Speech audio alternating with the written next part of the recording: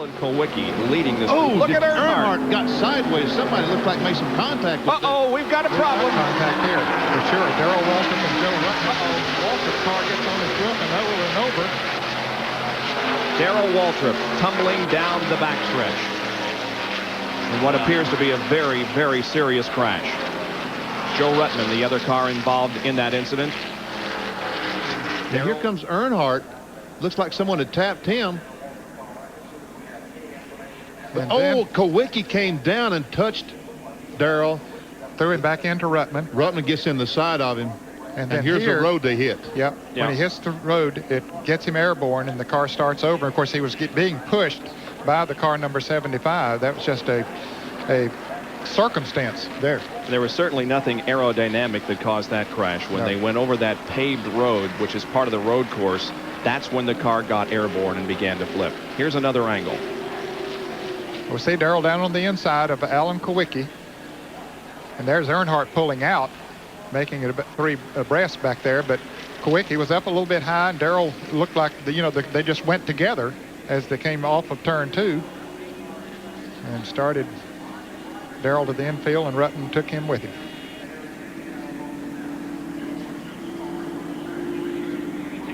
Car rolled over 5 or 6 times and came to rest on its side. Again, he is just a car length back of Earnhardt. Davey Allison coming up, but I don't think will be a factor. Kyle just hauls it off the corner. He's got the inside. He's up to Earnhardt's bumper. Earnhardt takes it. They're on the racing service down on the flat part of the racetrack. And it's Kyle Petty. Kyle Petty coming to the checkered flag. Here comes Davey Allison to the bottom. It'll be the finish everybody was waiting for. They crashed past the finish line. They have crashed into turn number 1. And Davey Allison is in a shower of sparks.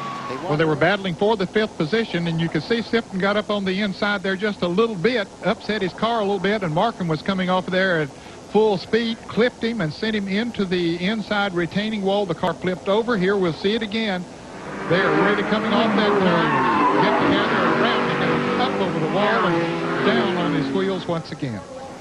Trickle was on the low side coming in turn 2, and around goes Earnhardt, up in the air and over. Both cars land on their wheels. And you can see Trickle, he must have gotten hit from behind and shot right straight into Earnhardt's car. And you see Earnhardt's car lift, sets back down on the hood of Dick Trickle's car, then comes back down on its wheels. I'm not sure what the Olympic judges would give that landing, but it was a wild one. Let's take another look. You see Trickle right there. That's Buckshot Jones behind the 2 of them as they come off the corner there. Yeah, we'll follow this on down through here a little bit and see what they're side by side. Here comes Buckshot with a great run off the corner. You see him coming up right there. He touches Trickle in the right rear corner into the 3 of Dale Earnhardt Jr. Up in the air. Look at this. Whew. The roof flaps didn't even have time to come up. They did once he turned backwards, but let's slow it down here.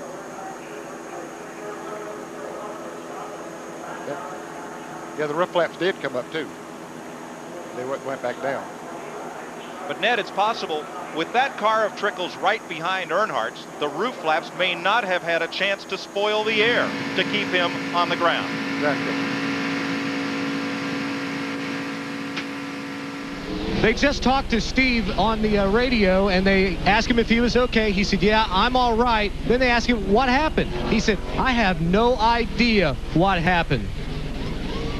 Well, it was incredible is all we can say. I tell you what, that's not going to be easy to get off there. Well, I guess they just hook to it and just jerk it off. But, folks, look here what happened. Steve Parker's going to come to watch as he backs in the fence. Overturns completely in the air, comes down on all 4. Looks like those guys at the X Games, the way they do those skates. Strategy that they worked out to get him up in the top 10. Oh, another car up on the wall here. It's Ken Schrader. Just like the one car. Oh, he stays on the roof. Yeah. Steve Park landed on all 4s, but Schrader is upside down. Let's take a look at it. Again, it's just about the same type of crash. He goes over once, 1.5 times, and then rolls back on the hood. Looked like he was going to roll on the wheels, and all of a sudden, whoa, he's going to go down and talk to somebody. No, guess he just running across the racetrack. We're under caution at Daytona. Michael Waltrip has just taken a stinging sidewinder flyer from the tri-oval down toward turn 1. One car got in the back of him, and he went for a ride, and he's climbing out okay. Under his own power. They're not having to help him out. That's a good sight. Out of the racetrack. Right there. He gets touched right there. Now this car goes way up in the air. When it turns around, you see it start to fly there. Turns completely up and pancakes right down on the roof. That's what did all that roof damage you were talking about. Then it goes into a barrel roll. Side over side, many, many times. Now it's on the nose of the car and then hits hard on the back. That looked much like Ricky Rudd's flip here in 1984 in what was then the Busch Clash. Another look, you see the back end just lifts up off the ground. You see it's going to come right down on that, about the top of the windshield. Any way you look at that, that was hard contact. That just tells you the cars are very, very strong. You know, in recent years, NASCAR has mandated added bars to the roll cage, including one down the center of the windshield and one which would be where your vent window would be if cars still had those. And I think that bar, that vertical bar, helped prevent the windshield, the top of the windshield of Michael Waltrip's car from collapsing down on him, and certainly saved him from serious injury. You're right, and that bar runs right down in that area of the windshield, and they call it the Earnhardt bar. Driver, but take a look at this moment. That is Michael Waltrip, out of control, tri-oval, into a series of sidewinders. 9 shattering snap rolls. Less than an hour later, he was out of the infield care center. Jeez. Is that the 92? That is a big hit. I think that's the 92. He was... Oh, man. Yellow's out. It better be. Is the window net down? He's moving. Whoa, something broke. Something broke in the car. Oh, my God. Something broke in the car. Little E, Dale and Kevin Harvick. A very hard crash for Earnhardt, the first serious incident of the day. There we go. Almost like maybe Kevin Harvick was slowing down trying to get in the pits. 29 car. Oh, that's it. I'm telling you, that is a brutal hit. It is. That I don't like the looks of that. Here he is, and he sees all of a sudden there's Harvick on the outside. Oh boy. Oh wow.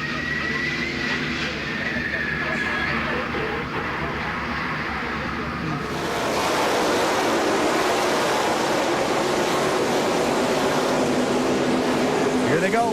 3, 4 wide, just like you said, Walt. Yep, now so you're going to get through. You want to be down on the bottom, I think, going through one on the first lap. You certainly don't want to make it 3 wide, but everybody looks like they're behave themselves so far anyway, but you still got to get through 2 and 3 on the first lap. Ricky Rudd gets the jump. He's the early leader. Oh, trouble! Steve Park is off into the infield. Another car valve over on his lid. It's Parkindale Jr. Terrible crash. You see the Jimmie Johnson car, and there's Rusty Wallace. You see Park trying to squeeze up the outside. I see he was trying to go on the outside of Rusty. Rusty moves up, they make contact, and Junior gets under the one car and just kind of bulldozed him into the wall and over. Yeah, that's what actually turned him even more sideways. But I'll tell you what, that guardrail did the job. Oh, it did. It great took job. a lot of that absorbed a lot of impact right there. Watch the yellow car back there just turn left. And when you hit wet grass, it feels like you pick up 200 mile an hour. But you can see how that barrier gave way when absolutely that car got that barrier absorbed a lot of energy, and I'll tell you what, that nice to see happen, because if that were a concrete wall, he would have taken a much harder hit. One more shot. Rusty's right in the middle of the racetrack.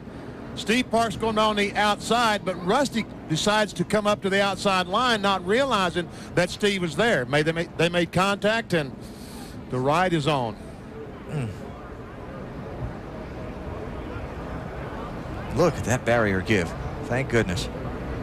But again, that's one reason that Steve was able to walk away arm in arm with Dale Earnhardt Jr. because of that wall that did give. Absolutely. I agree with that 100%. Multiple trucks, but folks, we're seeing this truck moving and driving back out on the track. When you see the replay of this one, you won't believe it. You can see the damage on the roof of that truck. It turned over. I'm okay. You heard Rick, he said it turned over, but I'm okay. And you can hear the crowd screaming. Position. He looks to the inside of Todd Bodine. Todd comes down the hill, forces him to the inside. The air gets underneath the truck, turns it over one revolution, and then back on four wheels. What a ride. What a ride. He needs to make sure he doesn't go too fast right now. He's got a flat right front tire. Check out this look. Todd just ping-ponging back and forth, Phil. Yeah, he bounces off of that Terry Cook truck into Rick Crawford. You can see the tire mark on the right side. You see the wheel still spinning on Rick Crawford's truck while it's up in the air. He hits the brakes there. He was finally smart enough to let off. That's pretty. That's using your head. He's flipping over at Daytona, and he let off the gas. I'm proud of him for that.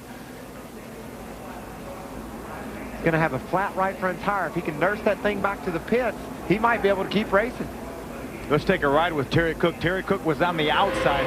He's the truck that Todd Bodine got into. You see, there's the contact, and Todd bounces off him into Rick Crawford. Just three-wide racing off the turn at Daytona. Cars as Paul Tracy just made a stop, went a lap down. Crash. Car upside down. Start-finish line. Stewart, it is Stewart. Daniel Quinn in the 50 got into him. I don't see anyone else, but Stewart has taken a wild ride. What happened? The 8 car, Tony had just helped the 8 car get to the lead going down the back. The 8 car drove to the inside, and I think Tony thinks there's a hole right there that he's trying to get down in, and there's just not, he just doesn't quite have enough room to get in front of Kenny Wallace. And look at that race car. They just become like feathers blowing in the wind. Now, this is a hard lick right here. Fortunately, it's just, it's more in the left front than it is anywhere else. And it was the right side of Stewart's car that took the brunt of the impact as it went over. See, he's trying to get down in that hole right there, not much room. I know Kenny Wallace is doing everything he can probably to give Tony all the room he can, but there's just not enough room there. You see the roof flaps deploy, car goes upside down and hits hard on the left side. Hand up signal, you're slowing down. See, it's just right there, just not quite enough room. And again, as I've said over and over, the car is so light in that part of the racetrack. From our DLP cable cam.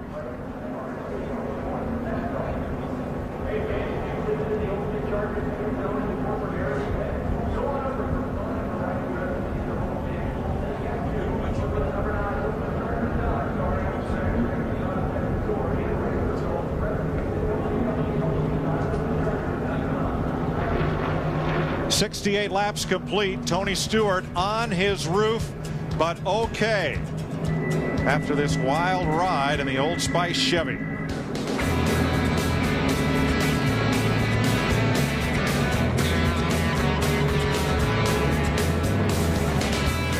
Here's our point standing leader in the Nextel Cup Series, Jimmie Johnson. Qualified third at Lowe's, his 8th. Whoa, boys, this is ugly. Off the wall, keep it off the wall. That is amazing. You can't do that here. I have never seen that done here. Oh, look out! Oh, and upside down is Earnhardt. This is going to be a mess. Spin behind him. The 33 of Harvick, Joey Logano involved. Spinner and hard hit in turn 3. It's 48 car. And A.J. Allmendinger, Jimmie Johnson, and A.J. hard up into the wall in 3. Boy, look at that thing.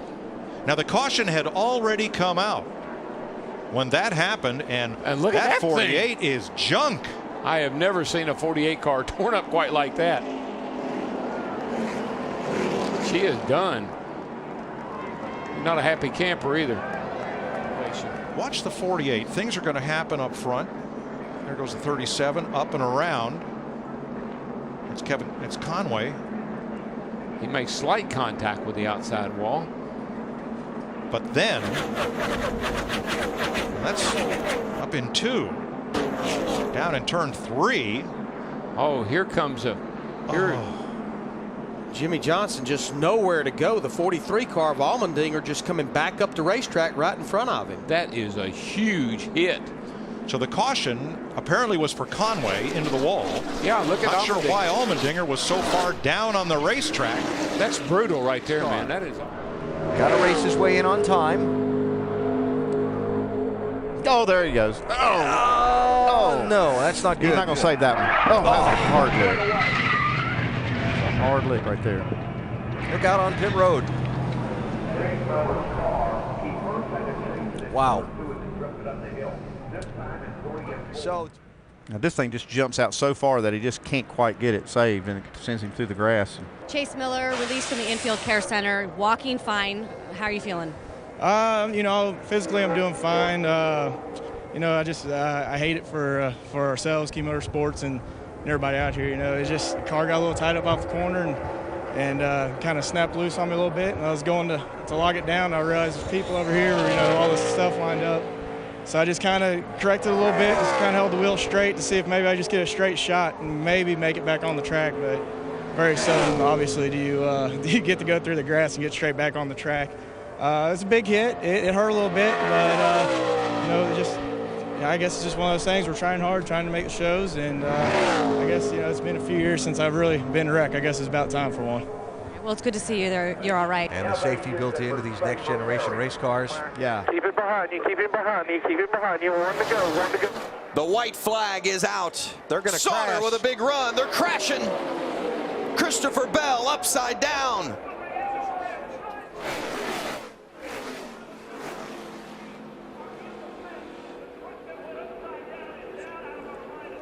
Truck on the outside, second in line.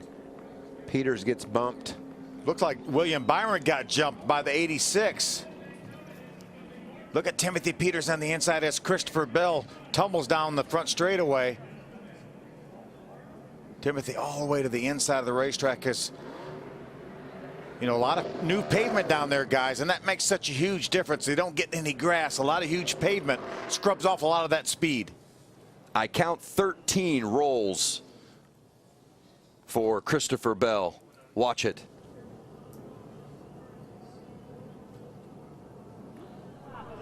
Well, Daniel Hemrick almost went underneath that Ford truck of Christopher Bell. It's a testament to the safety of these racing vehicles that Christopher Bell can take that kind of ride Christopher and Bell then drop the window net and climb out. Very fortunate that these trucks are as safe as they are. Look at this truck just get out of control. Probably about the fastest part of this speedway, Phil, right out of the tri-oval. It just starts tumbling. That young man with his dirt racing background, I'm sure he's had many barrel rolls in his career, but none like that. And Michael, I know you've been upside down. I've been upside down like that. The flipping's not that bad, but it's the landing that hurts. And that thing landed about 6 or 8 times pretty hard. What about Brandon Brown? He slides through there. Looks like he's going to be credited with a 4th place finish. I think he might have got in the back of William Byron, and that's what got in the back of the 4 of Christopher Bell and turned him sideways. Wow. But we saw, you know, experienced driver like Timothy Peters. Let's watch this view. You coming to reckon, back it up, back it out, back it out, back it out. Green is Kyle Busch, and around goes Kyle Larson. Ooh. Bam! Oh, big impact. Man, thank God that safer bear is there, but that was still a huge impact. Second caution of the day, lap 48. That thing hit head on. Did you see it go up in the air, DW? It reminded me of when Denny Hamlin wrecked down here off turn 4 a couple of years ago. Yeah, I see him moving around inside there. Coming. Oh, yeah, you can see right there. Left rear tire goes out, and he's lost control at this moment. He's trying to keep it going straight. Yep. Hits the outside wall. This is the one that's going to hurt. Yeah, watch this thing come down through here, head on into that inside wall. Just nothing he can do at this point. Just hang on. And Straight into the safer Watch barrier. that safer barrier. Watch that thing flex and shoot that car back out. Now you're talking about a 3,400-pound piece of machinery lifted all 4 wheels up in the ground and spins it around like a top. Probably running about 140, maybe 50 miles an hour, even in the scrub, at that point, trying to scrub off speed. As it scrubs off speed, still carrying a tremendous amount of speed. Just can't get the left rear down. The car wants to turn right, hits that outside wall. And watch this safer barrier. I mean, that thing bowed in, and it absorbed all that energy. The 48 has got to stay close, tight to the 22 here to have a chance. Bounce you out. You're clear. Stay in like that. Stay in like that. The 1 bounce you out. Now watch him. How did Elliott Sadler get back on the road and not lose any ground? He's going to have a chance to win this race. If he pulls high. Joey Logano gets turned. Elliott Sadler drives through. They're crashing big time at the line. Brennan Poole, first career win at Talladega. How about that for Brennan Poole? And a big hit from Blake. Huge crash. What a great job by Elliott Sadler. Crashed on the back straightaway, but yet vying for the win on the front. Just gets pushed low and can't keep his momentum up to win the race. How about Jeremy Clements with a 3rd place finish? Great run for that team. Don't let him slip to the outside. Stay in with him. Trail up, trail up, trail up, sir. Lights out.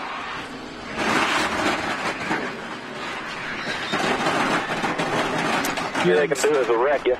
Yeah. Unofficially, we had the margin of victory at 26 1/1000ths of a second, so just over 2 100ths. And I think about Brennan Poole out of the Woodlands, Texas. Spent a lot of time on the short tracks out west. Yeah. Ran in ARCA, and when he didn't have a ride, was going to the track, working in the shop, doing anything he could do to stay around the sport. Got this opportunity last year. He sat down at the start-finish line. Say, please, can I just have it? I know I won this race. Let's see what the video shows here. What would you anticipate they're looking at? Because I never saw the caution lights come on, and the only thing I can think of is that NASCAR would have deemed the caution lights came on before they got to the start-finish line, and Poole was not leading at the time of caution. That's Stanley Steamer. Whoa, there's... and around she goes into Kenseth. Oh, gosh. Up in the air and into the wall hard. Man, Kenseth. Man, I thought he was going to catch the catch fence back there. The way it landed was... I am not believing that. He's fine, boy. He got the window net down right away out of frustration. Side She's down. right in the middle, the 5th car back. I think somebody makes contact with. McDowell got her in the left rear. Yep. Yep. And that no, she hit him in the right front. And when that happened, just got air underneath the car. Is anybody left in this race? Look at Kurt Busch battling out there on the outside of the 19. Whoa! Wrecked down the back straight with a 19. Kidding me? Big wreck behind you. Caution's out. Caution's out. Well, we knew that it might be a little wild and crazy here at the end. Yeah, that would hurt. Damn, man. Give me a break. Who was that? That was Kyle Larson. What an idiot. Just had momentum. Yeah, he's sideways and Larson's on the gas. Now, wait a minute. I mean, I understand Carl saying, hey, cut me a break. You know, he's saying, yeah, I got a little loose and I need you to maybe check up a little bit. And he blocked him a little bit, too. He definitely ran a low line there. Yeah. Pow. That is look at that safer bear. Look at, oh my gosh, that's how the car looks vicious hit. back. Mean. Imagine that. No matter how good a shape you're in, that would hurt. Oh, he's wheel hopping. He's going to hit him. Hamlin is there. He hit him. Hey, got him. Oh, no. It's not over. Get him back. Denny got in there and wheel hopped. I don't think he meant for that to happen, but then he made contact with Tony. I think Tony was also pretty loose getting in there. Well, that was what happened to Tony lap before, you know, when he got loose into 7 and that allowed Hamlin to close up. Hey, this thing's not over, guys. Watch what happens into turn 11 in this heavy braking zone. 2 more corners. Hamlin trying to pull Tony's away. Close enough. I think Tony used up his stuff. I mean, we knew he was having, you know, issues Here we go. with the car. Stewart inside. He Hamlin is there. He gets Hamlin. They hit. And Stewart comes off turn 11. And he's coming to the flag. How did that Tony just happen? Stewart wins. How did that happen? Are you kidding me?